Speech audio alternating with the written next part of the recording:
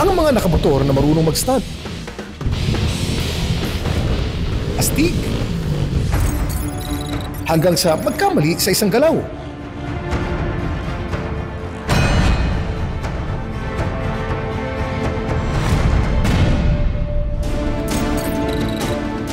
At ang mukha at katawan ay aray. Anong nangyari sa kanya?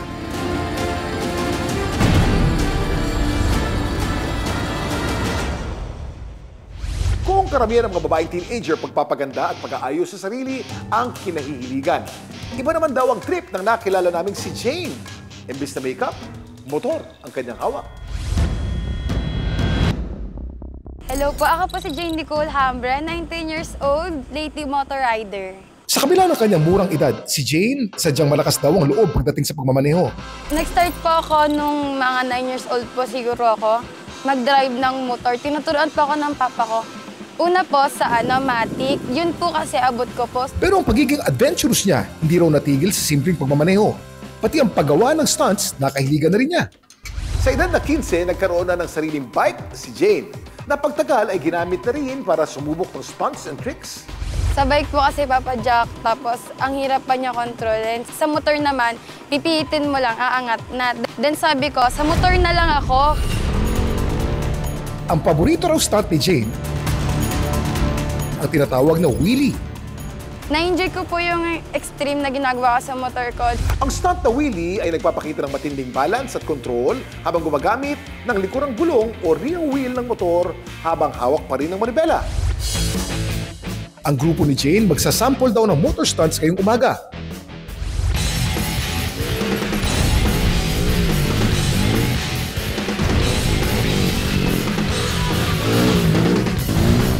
May kanya-kanyang paandar pa raw sila.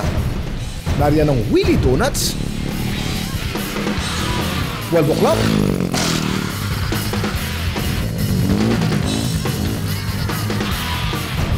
at Wheelie with back ride. Mahirap po kung sa una, pero pag nasanay po kayo, parang madali na lang po sa inyo. Hobby ko rin po kasi libangan na lang po pag walang magawa. Sobrang proud po ako kay Jing. Lagi lang po talaga nasa tabi niya. Ang gusto po iparating ng team namin is hindi lang ibang bansa yung kayang gumawa na to, and hindi lang yung mga malalaking motor yung kayang makapag-stunts, gano'n. Kahit simpleng motor, kaya rin pong gawin yun. Kinilala ng Guinness World Records ang ilang motorcycle wheelie records. Kabilang ang kay Magnus Carrison na nagtala ng bilis na 202.67 km/h. Talaga namang harurot. Ang thrill na naibibigay ng motor tricks, lalo para nagtutulak kay Jane na maging adrenaline junkie.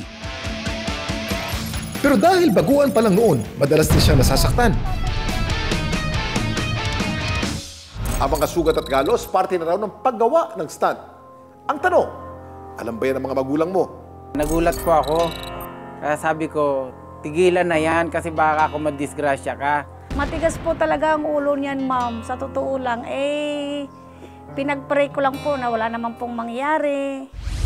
Sa katunayan, nung napansin na raw nilang ginagawa ito ng kanilang anak, pinagbawalan na raw nila itong gamitin ng motor.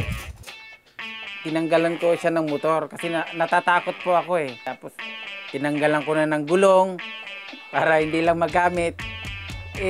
Kinabitan niya rin ng gulong, marunong din siya maggawa-gawa eh.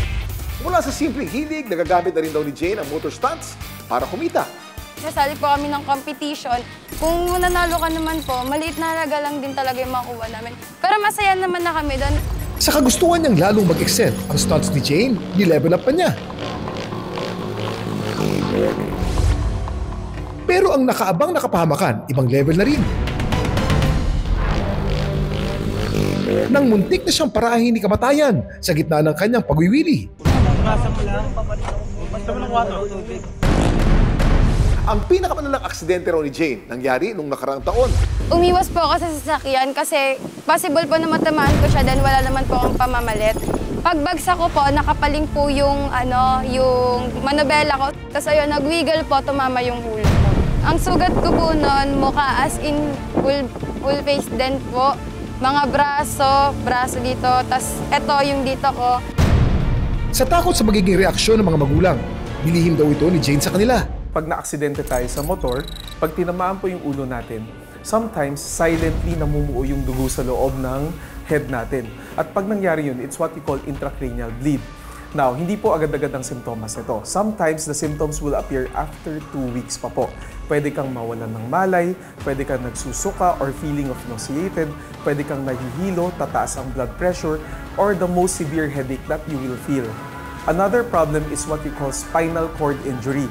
Pag tumama yung ulo, pwede rin po matamaan yung leeg. At pag nangyari ito, pwede tayo ma-paralyze from neck going down.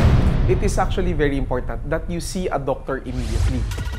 Ang video ng aksidente ni Jane na may 3.3 million views, in-upload ni Jane 2 buwan matapos ang aksidente. At ngayong nga ipapalabas na ito sa telebisyon, aaminin na raw ni Jane sa mga magulang ang lahat bago pa nila ito mapanood. Nung na-aksidente po ako last year, yung sabi ko po kay mama nun, na-aksidente lang po kasi may tumawid na nag-i-skateboard. Pero yun po talaga yung dahil sa wheelie ko. Mag-iingat ka lagi. Ang pagmumotor hindi biro. Dadalawa lang ang gulong niyan pag na-disgrasya. Talagang may kalalagyan ka. Sa parents ko po and mga sumusuporta sa akin na kamag-anak ko, thank you po sa pag-support sa akin. Promise ko, mag-iingat na talaga ako. And hindi na ako sa public road para di na rin ako makadisgrasya. Talaga namang lakas makaswabe ng mahusay sa pagmumotor. Basta tandaan, maging responsable lang sa bawat angat, liko at pagharurot. Para maging ligtas at hindi sumemplang.